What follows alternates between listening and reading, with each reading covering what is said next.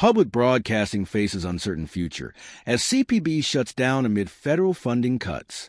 Pittsburgh, Pennsylvania, August 1st, 2025.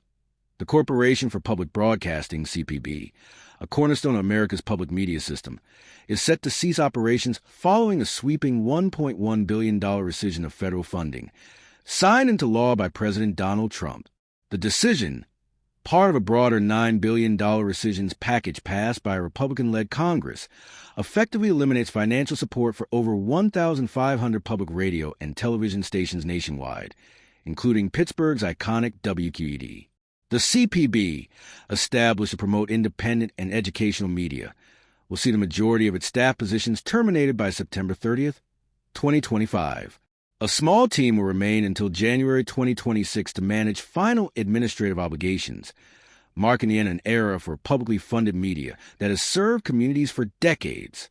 The loss of federal support, which had been allocated through 2027, has sent shockwaves to the public broadcasting ecosystem, threatening local journalism, educational programming, and critical emergency alert systems, particularly in rural areas.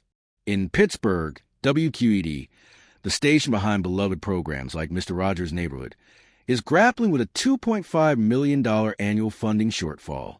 The station has already announced a 35% reduction in its workforce, a move that underscores the immediate impact of the funding cuts.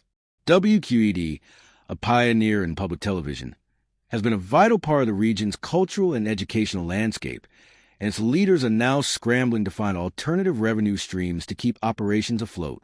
This is a devastating blow to public media and the communities we serve, said a WQED spokesperson. Our mission to provide accessible, high-quality programming and local journalism is at risk, but we are committed to exploring every option to continue our work. Nationwide, the ripple effects of the CPB's closure are profound. Public radio and television stations, which rely on CPB grants for a significant portion of their budgets, face an uncertain future.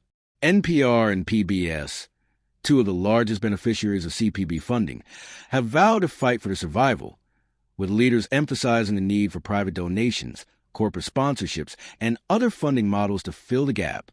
Rural stations, which often serve as lifeline for underserved communities, are particularly vulnerable as they lack the robust donor bases of their urban counterparts. The decision to defund the CPB has sparked heated debate. Supporters of the cuts argue that public broadcasting should compete in the free market, while critics warn that the loss of independent, non-commercial media will erode civic discourse and access to unbiased information. The elimination of federal funding also jeopardizes critical services like emergency alert systems, which public stations often provide in partnership with local governments. As the September 30th deadline looms, public media outlets across the country are rallying to adapt. NPR and PBS have launched campaigns to mobilize public support, urging listeners and viewers to advocate for the preservation of public broadcasting.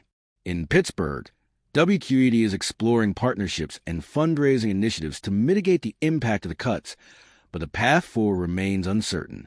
For now, the future of public broadcasting hangs in the balance, leaving communities to confront the potential loss of a vital public resource. As one rural station manager put, "This isn't just about radio or TV.